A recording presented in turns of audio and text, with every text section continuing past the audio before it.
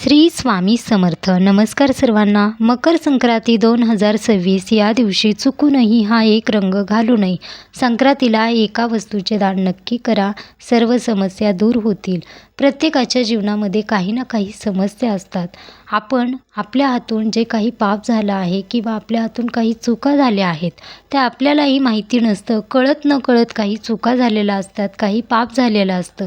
पण त्या पापाचे वाईट फळ आपल्याला मिळू नये, आपल्या जीवनामध्ये आपल्यावर कोणते वाईट संकट येऊ नये, कोणाची वाईट नजर लागू नये. प्रत्येकाला वाटतं आपल्या जीवनामध्ये आपण सतत आनंदी राहावं, सुखी राहावं, आरोग्य चांगले राहावे, पतीचे, मुलांचे, प्रत्येकाला वाटतं. पण आपल्या हातून काही चुका झालेल्या असतात. त्या चुकांचे वाईट फळ आपल्याला मिळू नये, आपल्या जीवनामध्ये कोणाचंही आपल्याला श्राप लागू नये. कोणी काही वाईट बोललं आहे, जे काही वाईट बोललं आहे ते आपल्याला लागू नये, यासाठी तुम्ही संक्रांतीच्या दिवशी एक वस्तू नक्की दान करा.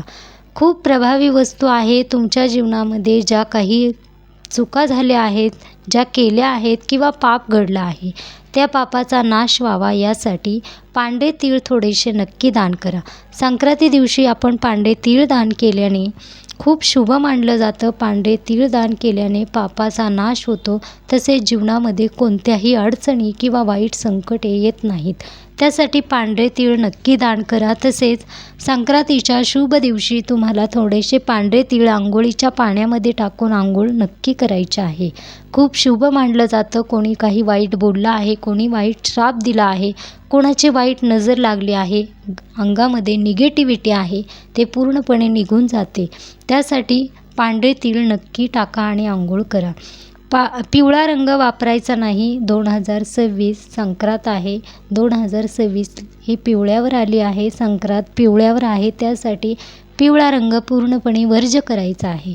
काही ठिकाणी संक्रांती देवीने जे साडी घातली आहे ते साडी घातली जाते, पण काही ठिकाणी संक्रांती देवीने जे वस्त्र धारण केले आहे, वस्त्र घातले आहे, ते वस्त्र घालत नाहीत. तुमच्याकडे जी पद्धत आहे, ज्या परंपरा आहेत त्या तुम्ही नक्की पाळाव्या. कारण प्रत्येक ठिकाणी काही काही पद्धत असते, त्यानुसार तुम्ही संक्रांत ही साजरी करू शकता. काही ठिकाणी पिवळा रंग पूर्णपणे वर्ज्य करतात, कारण संक्रांती देवीने जो रंग धारण केला आहे, ज्या रंगाचं वस्त्र घातलं आहे, त्या रंगाची साडी, रुमाल, ब्लाऊज पीस असे कोणतेही वस्त्र घालत नाहीत. पण यावर्षी पिवळ्या रंगावर संक्रांत आली आहे, त्यासाठी चुडे पिवळे आहेत, हळद पिवळे आहे. मग आपण चुडे घालायचे का, हळद लावायची का? तर कोणत्याही वस्तूवर संक्रांत आलेली नाही, वस्त्रावर आली आहे. त्यासाठी कोणतेही वस्त्र तुम्ही वापरायचे नाही, वस्तू तुम्ही वापरू शकता. तसेच यावर्षी संक्रांत कशावर आली आहे, संक्रांतीने काय धारण केले आहे, तेही मी तुम्हाला सांगणार आहे.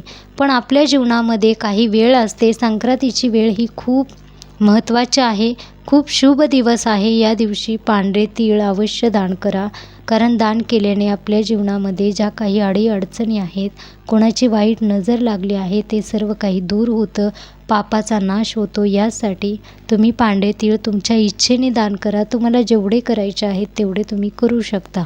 तसेच यावर्षी संक्रांत कशावर आहे, संक्रांत आहे यावर्षी. संक्रांतीचे वाहन आहे वाघ आणि उपवाहन आहे घोडा. 2026ला सूर्य मकर राशीत प्रवेश करतो.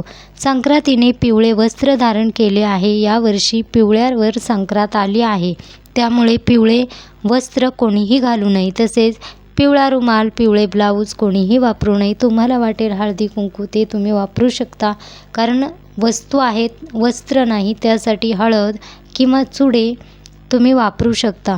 यावर्षी संक्रांत हातात गदा घेऊन आहे, कपाळी केशराचा टिळा लावलेला आहे, वयाने कुवारी असून बसलेली आहे, वासाकरिता जाईचे फूल घेतले आहे, पायस भषण करत आहे व सरस जातीचे असून भूषणार्थी मोती धारण केले आहेत. वारनाव नक्षत्र नाव मोहदरी असून सामुदायी मुहूर्त 47 आहे.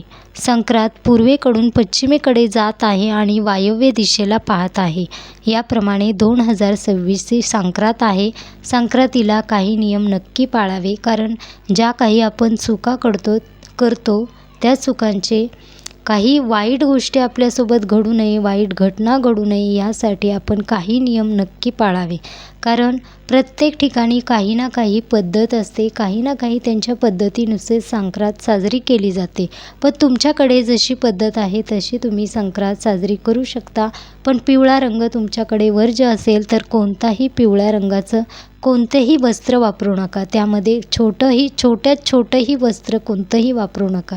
कारण काही ठिकाणी काय असतं, संक्रांती दिवशी संक्रांतीने जे वस्त्र धारण केलं आहे ते वस्त्र घातलं तर वाईट गोष्टी घडतात, वाईट घटना घडतात, असे काही ठिकाणी लोक बोलतात. तर तुमच्याकडे जी पद्धत आहे, ज्या पद्धतीने प्रत्येक वर्षी तुमच्या घरामध्ये केले जाते, संक्रांत साजरी केली जाते, तसे तुम्ही करू शकता.